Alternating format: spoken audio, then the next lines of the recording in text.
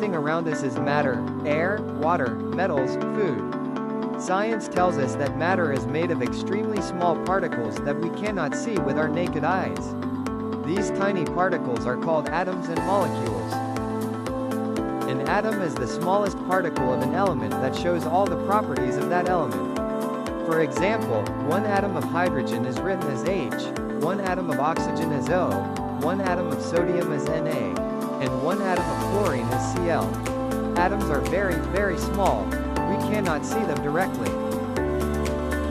A molecule is a group of two or more atoms chemically combined together. The atoms in a molecule can be the same type or different types. Molecules behave like single particles in many physical and chemical processes. When a molecule is made of only one kind of atom, it is called a molecule of an element. For example, hydrogen gas is H₂, oxygen gas is O₂, nitrogen gas is N₂, chlorine gas is Cl₂, phosphorus is P4 and sulfur is S8. These show that many elements exist as molecules, not as single atoms. When a molecule contains two or more different types of atoms, it is called a molecule of a compound. For example, water is hydrogen oxide, which has two hydrogen atoms and one oxygen atom. Carbon dioxide is carbon dioxide with one carbon and two oxygen atoms. Sodium chloride, or common salt, is sodium chloride with one sodium and one chlorine atom. These molecules show how elements combine to form new substances. Atomicity is the number of atoms present in one molecule of a substance. For example, H₂ and O₂ are diatomic because they have two atoms. P4 is tetratomic with 4 atoms, and S8 is octatomic with 8 atoms. Helium and neon are monoatomic gases because their molecules have only one atom.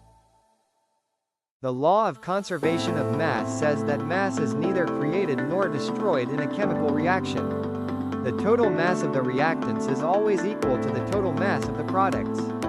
In simple words, the amount of matter remains the same before and after a reaction, it just changes form. Suppose we take 10 grams of barium chloride solution and 11.6 grams of sodium sulfate solution in a closed flask and mix them. A white solid barium sulfate is formed and sodium chloride solution remains.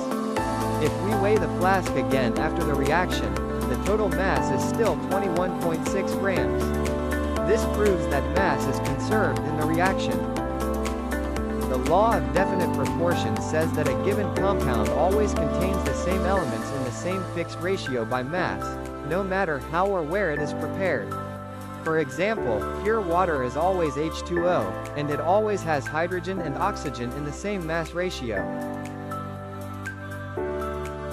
Each element has a chemical symbol like H for hydrogen, O for oxygen, Na for sodium, and Cl for chlorine. A chemical formula shows which atoms and how many atoms are present in a molecule. For example, hydrogen oxide means 2 hydrogen atoms and 1 oxygen atom. Carbon dioxide means 1 carbon and 2 oxygen atoms.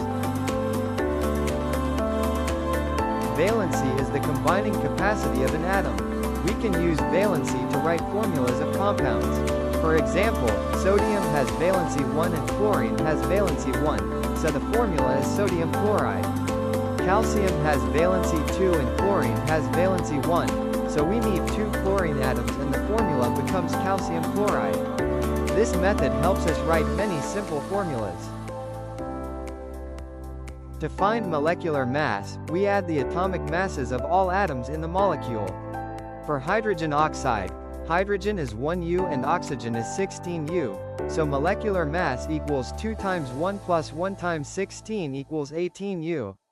For carbon dioxide, carbon is 12U and oxygen is 16U, so molecular mass equals 1 times 12 plus 2 times 16 equals 44U. Such simple calculations are often asked in exams.